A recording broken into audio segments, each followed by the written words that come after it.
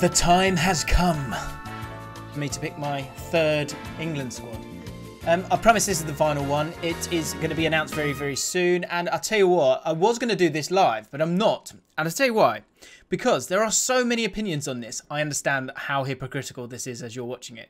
I get it, okay? And I am about to reveal my squad that Gareth should definitely take. But I tell you what, though, I heard so many voices and so many opinions that I was kind of like, right, I need to shut this off. I need to just take a minute and pick my squad. Because what's been interesting and what I wanted to figure out from the start was, what was my squad in November? What was my squad in March? And what is my squad right now? You know, at time of recording, a week before the squad is officially announced. And the point I kind of wanted to make was that, yes, there are a sort of base of players that will be in your squad, but overall it does change. It is subject to form and experience and leadership and all those different things. And of course, just, I guess that, you know, what that player brings both on the pitch and off the pitch, all those things matter. So what I will say is Gareth Southgate has a tough job and we're all entitled to our opinion on it. But when he puts forward his squad, the one thing I do hope that he will do, and it is something that I think that he has generally always done, is that he makes his own decisions. He doesn't sort of, he consults his important people, and without trying to get into a my problem with video, that is what life's about, isn't it? Sometimes there is so much noise and you have to just step aside and go, who are the players that I want? What is the squad that I want? Because Southgate knows the squad better than anyone else. So of course we're going to disagree with some of the choices that he picks, and I think I will disagree with some of the choices that he picks in his squad. But do you, Gaz? Do you, bro? Right, let's get into this. And before we start, as ever, it would be wonderful if by the end of the video, if you've enjoyed it and you're looking forward to the Euros, I will be as well. And there's going to be loads of content on its way. So do consider subscribing. I'll give you 5 seconds to do it. 5, 4, go on, 3, 2, 1. Thank you very much if you have done that. And can we get 2,000 likes on this video? That will be the target for this one. If that happens, that means that England are guaranteed to win the Euros. So, these were my squads in November 2020 and March 2021, okay? This squad is my March squad, okay?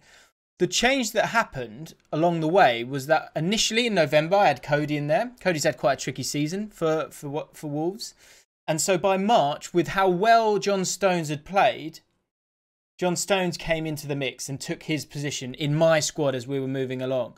It felt like there was this idea that Southgate was sort of persisting with this three at the back, and we felt like it maybe wasn't right for the squad. What's really interesting, and I don't know if he's just got lucky with this or not, but he has, you know, a lot of the players in this squad are now very comfortable in playing in a three, especially in that right back position and left back position. So that might sort of, him sort of sticking with that, he might get rewarded for that a little bit, which is interesting. But within those squads along the way, I took Henderson out because we were worried about his injury. We're still concerned about his injury. I put in James Ward-Prowse. Bellingham, this was before Bellingham kicked off in the Champions League and played the way that he did. So James Ward-Prowse made his way into the squad for me. And Luke Shaw, who wasn't anywhere near that squad going into November in that first international break, took the place of Mason Greenwood, who was in that squad initially. That was a bit of a rogue call at the time. Moving forward, Mason Greenwood had no form. He wasn't playing well. And Luke Shaw, it was undeniable. He had to be in the squad. And so that was my squad in March 2021. What's interesting now, of course, is the fact that 26 players can be in your squad. I also think, I don't know if this has happened yet or not, but I would not be surprised if you're allowed 5 subs throughout this tournament. That might have already been announced. And if it has done, let me know in the comments below. It'd be good to know. But so now, what I've done is I've put forward my squad with how I feel about a lot of these players. And there will be no stats in this video. 0 stats. Because I think, yes, that's your form. Yes, that's the season you've had. Yes, there is an element of that needs to be taken into consideration. But I think Southgate has been good in the fact that he's tested out a lot of players for the squad moving forward, and also just for this tournament itself. And I think he knows what he wants. And so for me, in terms of what I want, there are some hard decisions that need to be made. But it's actually things that don't revolve around form for me. It's actually a little bit of leadership. I think that's the big thing. When I look at this and I look at a squad that I want that's going to go to the Euros and do something. And I won't give away my predictions, but what I would say is that we're not the favourites for this. As much talent as we've got, we're not the favourites for this tournament, in my opinion, because I still think that this squad is like a little bit underbaked. Do you know what I mean? Like, I think there's a lot of players that are going to play more Champions Leagues. They're going to become key players. And so in terms of that leadership that might not be in that starting 11, I think you need to find it elsewhere. So let's have a look at the squad that I've put together, 26-man squad. And there are a few areas that I think are the big conversations. And the question to you guys, let me know in the chat, is who would you pick? Because there's been so much discussion over Trent versus Trippier and Walker and Rhys James. But actually, I think the two key areas are the centre-backs and the strikers in terms of the spots that are left. So here you have my 23-man squad, and then I'm going to put forward who I would put in these key positions. Going through the squad then, in goal, I think, look, what's great with this, and I've said for a couple of months, I want Pope to be the goalkeeper. I know he's not as good with his feet as Pickford. I would completely admit to that and concede that. But when teams are going to not dominate the ball like we should be dominating games, I think, yes, that counter-attack would be nice to have, and that ability to spray the ball like that would be great. But overall, I would just like to have a much more, not conservative, but safe pair of hands that's going to come and dominate their area for corners and free kicks and all of those bits and pieces. Henderson is, he's the starting goalkeeper for Man United now, so he has to be in the squad for me, and he's probably knocking on the door a little bit. But at this stage of the season for England, I think you still have to pick between Pickford and Pope. I think Southgate will go with Pickford. I can live with that. I'm cool with that. I'm slightly concerned that there could be that clangor there, and the kind of, if you look at the amount of points that you get from being better on the ball, because he is, aside to the fact that he might not make the saves that you want him to make and command his area the way that you want him to, I would go with Pope, but he's going to go with Pickford, and I hope he does brilliantly. I know he's been in good form over the last couple of months. I've heard from Everton fans, so those are the three. This is all pretty obvious. One of the first kind of glaring areas for me is the centre-back position. I think centre-back is not a problem, but it's certainly not a strength for us. And look, yes, we've got Maguire and Stones. Those will be the two that start. They'll probably start the other way around, by the way. And with this and the positions, don't get too bogged down on that, because look at that left wing. At the moment, I've only got a couple of players there. But the truth is that, Mount can play on that left-hand side. Grealish can play on that left-hand side. Foden can play on that left-hand side. Sancho can play on that left-hand side. Sterling can play on that left-hand side. Saka can play on that left-hand side.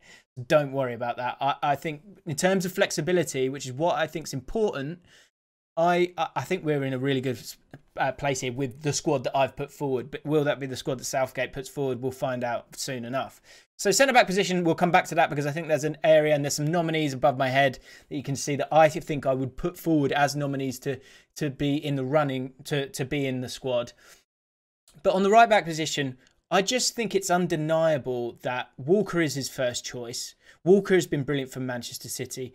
And Walker is better in an attacking sense than you give him credit for. Aaron Wan-Bissaka, I think he's hard done by. I think he's unfortunate that there's so many good fullbacks. And let's not sleep on Trippier, by the way. Trippier has had a fantastic season playing in this kind of formation as well. And Southgate will quite possibly pick him. And also, I think with Trippier, he's got an element of experience that I think Southgate likes, set pieces as well. But for me, I think Trippier misses out on this one, because Trent has responded fantastically to what's happened in terms of him not being in the squad. He can win you a game. He can win you a game on his own. And so I think you need him in the squad. Do you start him? I'm not sure. Walker, I really like. And also Walker, you can play as part of a back three. I think that's where we might be heading. We might be heading down that road to a back three. So that's why Walker goes in there. And that's a big reason for Rhys James as well. Everyone knows on this channel how much I like Rhys James as a player. I like that he could play in central midfield for this team. He could play right back. He could play right-sided centre-back, which we saw in the FA Cup final, and he played brilliantly there. And I wouldn't be worried about that at all if that was needed. I just think you have to take him for the amount that he brings, from both sides of the ball. I just think he's a really, really quality player. And so, although we've got 5, 6 great right-backs in this country that are English, you can't take more than 3 for me. There's no need to take more than 3 in a tournament, even in a 26-man squad. And so those 3 are the 3 that I would choose, because I think we've got the set pieces covered elsewhere. We've got enough quality to do that. On the left-hand side, a slightly left field choice, possibly. But I feel like your top two fullbacks are going to be Chilwell and Shaw. That's sort of rubber stamped, right? So who can be your third option, but also someone who could play somewhere else? I think Saka would be a perfect fit for that. He's also a player who's going to be around for a long time. And I think there's a balance here between needing some leadership for the balance of the squad, but also allowing young players that we think are going to be around for a long time to get that experience and to thrive. Yes, they might not be starting, or maybe even would Saka. I wouldn't be against that at all because of what he can bring, especially if they're playing in a back three. But I just think he's a great option and fills a lot of spaces. So for both Rhys James and Saka, and I'm not saying that they're the starting players for either of them, I think you've just got so many different sort of strings to your bow in terms of those wide players. And those fullbacks, I think, are going to be really, really important to us. If it's in a back four or in a back, that's what, 5-3-4-3 formation. Into midfield, the one change that I've made straight off the bat in my 23 is I brought in Bellingham. For a similar reason, in the fact that, yes, he may not start, but if he starts, he could take the grip of a game back. Certainly stop an opposition that might be a little bit better on the ball than us if we are struggling against some of those top sides that we inevitably will have to play. His energy, his ability to drive with the ball is something that we just don't have elsewhere. The other change I think I've put in there as well is that Phillips. I put Phillips in there because I think in the last international break, I just really like that he seems so confident on the ball. I think if we're going to play two holding players at times, he's a great option. If Declan Rice gets injured and Henderson gets injured or continues to be injured, then Phillips could be that guy who could sit at the base of that midfield. And because he's done it for Leeds, I think he's just really impressed me throughout the season. The consistency's always been there. And I think he deserves it, you know. And I like him I wouldn't mind him in a 2. And again, when it comes to set pieces, I think you got the likes of Grealish, Mount, you know, who else could take them? Foden, of course, could take set pieces as well. I think there's enough options there for set pieces. Rhys James could take him. Trent, of course, what am I talking about? So I felt like with being that metronome, Phillips, I think, has earned it with his performances this season. And James Ward-Prowse, I feel like Phillips might have a higher ceiling than James Ward-Prowse. I might be wrong with that, but I think I know what you're going to get with James Ward-Prowse, and it's fine, but I'm happy to take the risk here. So I'm going to go with Calvin Phillips in those midfield options. Same goes with Henderson. For me, with Henderson, the big thing is you give him as long as you can because he's such a leader for the team and he's such a great player. Maybe he doesn't start, but you might need him down the road if we can get down the road. In those midfield positions, Mount has to be in there. One of the players of the season for me. Absolutely superb. So smart. Can play in different positions. Can play on that left-hand side. Grealish, Foden, you've got to have them both in the squad. Can you get both of them in the starting 11? I'm not totally sure. But this is going to be a 16-man tournament. Do you know what I mean? In terms of having your 11 and using your subs wisely. And so Grealish and Foden, of course, have to go. I hope that Grealish will be fit. Again, with those players that aren't possibly fit, then that's where you change it a little bit and you don't start with those players. And then up into the forward spots, Sancho, Sterling, Rashford, Kane, all pretty obvious. I think there's still a spot in my 26 for another striker, and we'll get into that in a second. I think Dominic Calvert-Lewin, he gets himself in there because he offers something different. The goals have dried up somewhat, but I think if you need that sort of big target man with his aerial threat, I think it would be a waste not to take him. The other strikers that we've got are similar to other strikers, and I think that's what puts DCL over the top. And of course, he scored 16 goals this season. He's had an amazing season for Everton, and so I think he deserves to be in there. Southgate seems to like him as well. Like I said, he offers something different, that little backboard, but also, you know, back post party. He's going to be loving it. So we then move into the 3 spots that are left, 24, 25, 26 in my squad. And when it comes to that, I want to take 2 centre-backs. I think you need 4 centre-backs. And the players that I've taken out of this squad that have previously been in my squad are Eric Dyer. Cody has previously been in my squad. Mings has previously been in my squad. I know Michael Keane has had sort of ups and downs, I guess, with England. He's been generally quite consistent for Everton. I feel like Lewis Dunk needs to be spoken about a lot more. For a team that plays a lot of passing football, for a team that plays in a back 3, I think Lewis Dunk is a really good option. And Konsa, the centre-back. I feel like he's probably had a better season than Tyrone Mings. But with this squad, when I look at it and when I look at squads that do well, I sort of hark back to thinking about Euro 96. And when I think about Euro 96, I think about that starting 11 and I think about how many captains were in that squad. if you go through that team that played in those games in that tournament, you had David Seaman, captain, Neville, captain, Adams, captain, Pearce, captain, Southgate, captain, Ince, captain, Gaza, okay, maybe not. Do you know what I mean? David Platt would come on, captain, Shearer, captain, Sheringham, captain. That leadership is huge. And for this squad, there are players here, and when it comes to these centre-backs, I feel like there's 2 spots there for players that quite possibly won't play. Because if you play a back 3, you might play Rhys James there because you might want that bit more flexibility. You might play Luke Shaw there and play Chilwell as well. You might do it that way. And ideally, you don't want to change your centre-backs too much. So I think Maguire and Stones will be your starting pair if they play in a back 4. So with that in mind, I look at this. I look at what we've got here. And again, let's look at in terms of captains, Maguire, captain.